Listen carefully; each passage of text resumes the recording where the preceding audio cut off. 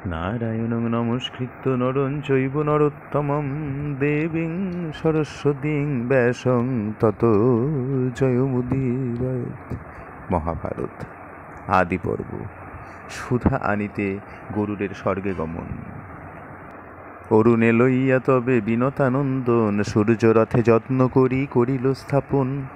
সপ্ত অশ্ব করিয়ালি ধরি বাম হাতে, রহিল অরুণ সে সারথি হইয়া রথে।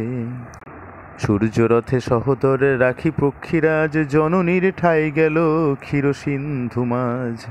দুঃখিত জননী দেখি মলিন বদন, মায়ের চরণে গিয়া করিল বন্দন। পুত্রে দেখি বিনতার খণ্ডিল বিষাদ, স্নেহ বাক্যে গরুড়ের করে আশীর্বাদ। সূর্যের রথে সহোদর অরুণকে রেখে তারপরে ঘরে ফিরল। পুত্রকে দেখে মার হৃদয় শান্ত হলো। হেনকালে কদ্রু ডাকি বলে বিনতারে, রম্যদ্বীপে লয়ে চলো কান্ধে করি মোরে। রম্যদ্বীপে যাবে কদ্রু, বিনতাকে ডেকে বলছে তুমি আমাকে কাঁধে করে নিয়ে চলো। রম্যক দ্বীপেতে মোর পুত্রেরও আলয়, তরিতে লইয়া চলো বিলম্বনাশয়। কদ্রুরে লইল কান্ধে বিনতা সুন্দরী, নাগগণে গরুর লইল কান্ধে করি। নাগগণে কান্ধে করি গরুর উড়িল, চক্ষুর নিমেষে সূর্য মণ্ডলে উঠিল। সূর্যের কিরণে পড়ে যত নাগগণ, নাগমাতা দেখে পুরী মরিছে নন্দন। পুরী মরে নাগগণ নাহিক উপায়, আকুল হইয়া কদ্রু স্বরে দেবুরাই। দেখতে দেখতে গরুর নাগগণকে নিয়ে সূর্যমণ্ডলে উঠে গেছে, তো নাগগণ পুড়ে যাচ্ছে সূর্যের তাপে। কোনো উপায় না পেয়ে কদ্রু ইন্দ্রদেবকে স্মরণ করলেন। ত্রৈলোক্যের নাথ তুমি দেব সচিপতি, আমার কুমারগণে করো বাহতি। বহুবিধ স্তুতি কদ্রু কইল পুরন্দরে, ইন্দ্র ডাকি আজ্ঞা কইল সব জলধরে। ততক্ষণে মেঘগণ ঢাকিল আকাশ, জলবৃষ্টি করিয়া ভরিল দিশোপাশ। তো ইন্দ্রের আজ্ঞায় বৃষ্টি হলো এবং সকলে শান্তি পেল। তবে খগপতি সব লইয়া নাগগণে, রম্যক দ্বীপেতে বীর গেল ততক্ষণে। নাগের আলয় দ্বীপ অতি মনোহর, কাঞ্চনে মণ্ডিত গৃহ প্রবাল প্রস্তর। ফুল ফলে সুশোভিত চন্দনের বন, মলয় সুগন্ধি বায়ু বহে অনুক্ষণ। আপনার আলয় বসিল নাগগণ, গরুড়ে চাহিয়া তবে বলিল বচন। তো নাগের সেই আলয় রম্যদ্বীপে পৌঁছে গেছে। অতি মনোহর সে স্থান, কাঞ্চনে মণ্ডিত, তার গৃহ প্রবালের পাথর দিয়ে তৈরি। চারিদিক থেকে বয়ে আসছে চন্দন বনের সুগন্ধ। নাগগণ এবার বলছে, উড়িবার বড় শক্তি আছো এ তোমার, চড়িয়া তোমার কান্ধে করিব বিহার। আর এক দ্বীপে লয়ে চলো খগেশ্বর, শুনিয়া গরুর গেল মায়ের গোচর। গরুর বলিল মাতা কহ বিবরণ, পুনরূপী কান্ধে নিতে বলে নাগগণ। নাগগণ বলছে তোমার তো ওড়ার খুব ইচ্ছা, তাহলে আমাদেরকে নিয়ে আর একটা দ্বীপে চলো। এই কথা শুনে গরুর খুব রেগে গেল, মায়ের কাছে চলে গেল। প্রভু যেন আজ্ঞা করে সেবা করিবারে, কি হেতু এমন বলে বলো বারে বারে। ও প্রভুদের মতন আমাকে বারবার কেন আজ্ঞা করছে মা, তুমি আমাকে এই কথা বলো তো। দাসিত্বের কথা গরুর তখনও জানে না।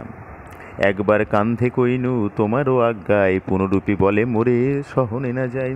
আমি তো সহ্য করতে পারছি না মা। বিনতা বলেন পুত্র দৈবের লিখন, আমি কদ্রু দাসী তুমি দাসীর নন্দন। বিনতা তার সন্তানকে বলছে যে দেখো পুত্র, এ দৈবের লিখন। গরুর বলিল মাতা কহ বিবরণ, তুমি তার দাসী হইলা কিসেরও কারণ।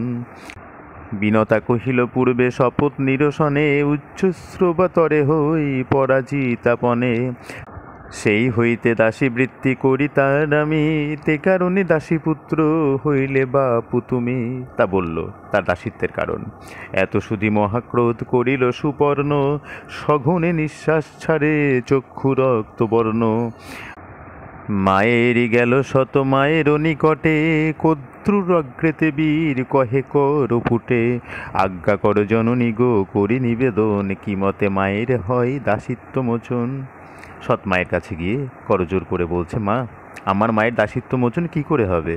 কদ্রু বলে মুক্ত যদি করিবে জননী, সুরলোক হইতে সুধা মোরে দেহ আনি। তুমি সুরলোক থেকে অমৃত নিয়ে এসে দাও, তাহলেই তোমার মায়ের দাসত্ব মোচন হবে।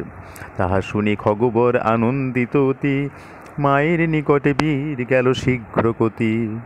যা বলিল সৎমাতা মায়েরে কহিল, না ভাবিহ আর দুঃখ অবসান হইল।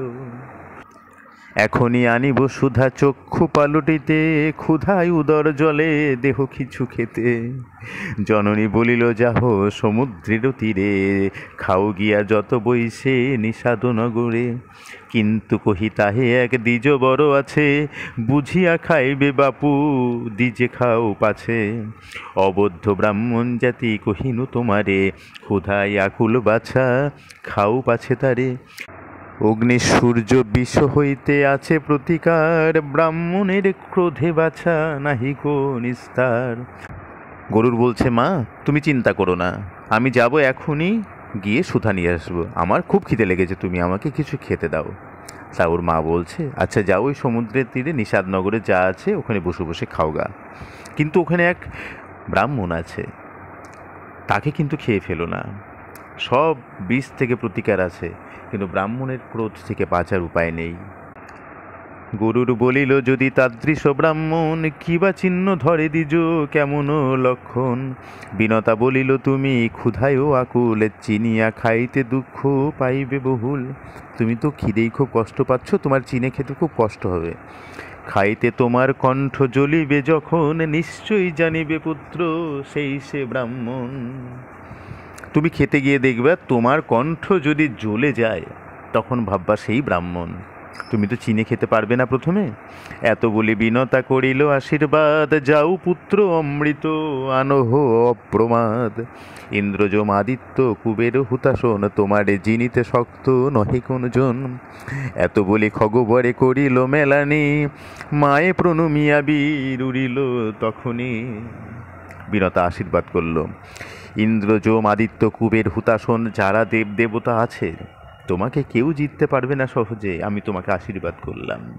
যাও তুমি অমৃত নিয়ে এসো, এসে আমার দাসিত্বের মোচন ঘটাও। মায়ের আজ্ঞা পেয়ে যাচ্ছে। গরুর উড়িতে তিন ভুবন কাঁপিল, প্রলয়ের কালে যেন সিন্ধু উথলিল। পাকসাটে পর্বত উড়িয়া যাই দূরে, গর্জনে লাগিল তালা সুরাসুর নড়ে। কৈবর্তের দেশে দেখি মুখ বিস্তারিল, প্রশ্বাস সহিত সব মুখে প্রবেশিল। কৈবর্তের দেশে এসে মুখ হা করে এত জোরে শ্বাস টানলো যে ওই শ্বাসের সাথে সব কিছু ভিতরে ঢুকে গেল। আছিল ব্রাহ্মণ এক তাহার ভিতরে, অগ্নির সমান জলে গরুর উদরে। গরুর সরিল তবে মায়েরও বচন, ডাকিও বলিল শীঘ্র নিঃস্বর ব্রাহ্মণ। ব্রাহ্মণ বলিল, নিঃস্বরিব কি প্রকারে, ভার্যা মোর পুরী মরে তোমারও উদরে। তো এক নিঃশ্বাসে সব খেয়ে নিয়েছে, পেটের ভিতরে গিয়ে জ্বলতে শুরু করেছে। এবার মায়ের কথা মনে পড়ল, তাহলে তো ব্রাহ্মণ আছে। ব্রাহ্মণকে ডেকে বলল, ব্রাহ্মণ তুমি তাড়াতাড়ি বাইরে বেরিয়ে এসো। ব্রাহ্মণ বলছে, আমি কি করে একা একা যাব, আমার ভার্যা তোমার পেটের মধ্যে পুড়ে যাচ্ছে। কৈবর্তিনী ভার্যা মোর প্রাণেরও সমান, ভার্যার বিহনে আমি না রাখিব প্রাণ। গরুর বলিল, মোর দ্বিজবদ্ধ নহে, তরিতে নিঃস্বর অগ্নি যাবত না দহে। ধরি ভার্যার হাত এসো হে বাহিরে, এত শুনি ধরে দ্বিজ কৈবর্তিনী করে। লইয়া আপন ভার্যা হইল বাহির, অন্তরিক্ষে উড়িল গরুর মহাবীর। তার ভার্যা কৈবর্তিনীকে সাথে নিয়ে সে ব্রাহ্মণ বাইরে চলে এলো। তারপরে মহাবীর অন্তরিক্ষে উড়ে গেল। হেনকালে গরুরের কশ্যপ দেখিল, আশীর্বাদ করিয়া কুশল জিজ্ঞাসিল। কশ্যপের সাথে দেখা। গরুর বলিল, তা তো আছে যে কুশলে, সকলে কুশল মাত্র ভক্ষ নাহি মিলে। বলছে, বাবা ভালো আছি, কিন্তু খিদে লেগেছে, খাবার কিছু পাচ্ছি না। মাতৃ বলে খাইলাম নিষাদ নগর, না হইল ক্ষুধা শান্তি পুরিছে উদর। বলছে, মা বলল নিষাদ নগরে যা আছে খেতে, আমি খেলাম, কিন্তু তাও পেট ভরেনি। বিমাতার বাক্যে যাই অমৃত আনিতে, ক্ষুধায় অবস্তনু জ্বলে অন্তরেতে। তুমি তা তো কিছু মোরে দেহ খাইবারে, ভালো করি দেহ গো উদর যেন পুরে। এমন কিছু দাও যাতে আমার পেট ভরে যায় বাবা, আমি আমার মায়ের কথা শুনে অমৃত আনতে যাচ্ছি, আমার খুব খিদে লেগেছে।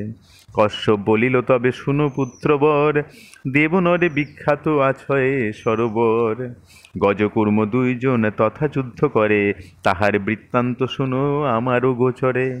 বলছে, হে পুত্র, তাহলে তুমি ওই সরোবরে যে গজকুর্ম আছে তার কথা শুনে যাও তুমি আমার কাছে। ওখানেই তোমার ক্ষুধা নিবৃত্তি হবে। এর পরবর্তী পর্বে আসছি গজ কচ্ছপের বিবরণ। মহাভারতেরই কথায় অমৃত সমান, কাশিরাম দাস কহে শোনে পুণ্যবান। নমস্কার।